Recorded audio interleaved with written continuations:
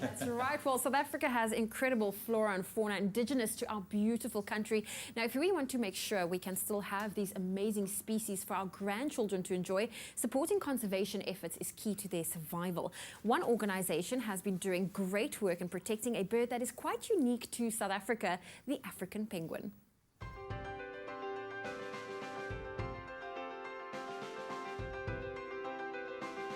The African penguin is quite unique because it is the only penguin species that breeds on the African coastline.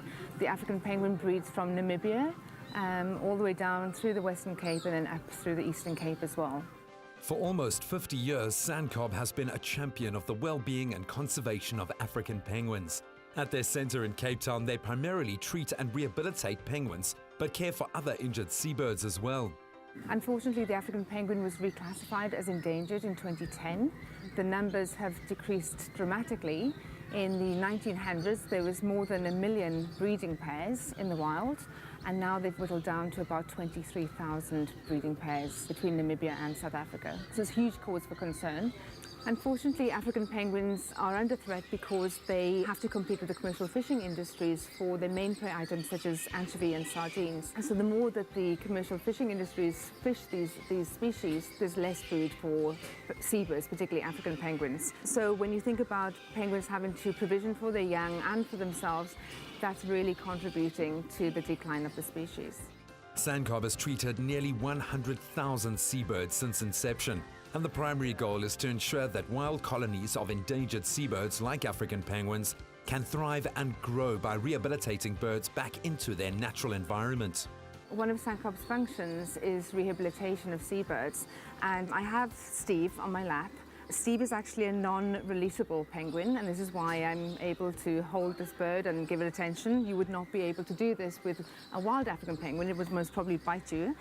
But most of the species that we get in are injured, mostly sort of seal bite wounds or trauma that they've sustained by being hit against rocks and things like that. And we have a clinical veterinarian on site, and he's able to treat most of the birds that come in. So that's really where SANCCOB fits into the whole picture, is that we will work with conservation organizations who will rescue the birds from the colonies.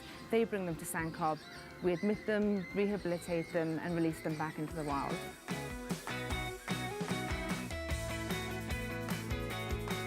Like any non-profit organisation, funding is our biggest challenge. Operationally, it costs a significant amount to run this place every year, and our fundraising team have a huge task on their hands.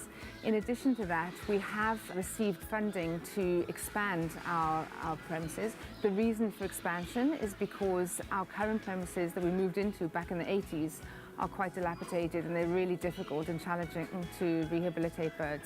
So we were granted a significant portion of the money from the National Lotteries Board, which has helped enormously, but we have a shortfall of about 5 million rand. So there's a lot of fundraising effort that's undergoing now, trying to get that money together so that we can actually make this dream a reality. The new Seabird Hospital will have a bigger wash bay, bigger bird pools, surgical rooms, an X-ray room, as well as a much-needed fish freezer to store food for the penguins, and they hope to have the facility built and launched in December. The new facility is designed specifically for the birds, so there'll be 2 big penguin pools with hens attached to them, and a big aviary with a large sort of flying pool as well for larger seabirds. I've been involved in the design process from the beginning, so I'm very happy to see this sort of materializing now. And it's going to make sure that we can rehabilitate these birds in the best possible way. And I think the birds will benefit the most from the new centre. If you'd like to contribute to this amazing new Seabird Hospital, visit sanccob.co.za and make a donation to support the conservation of our precious seabirds.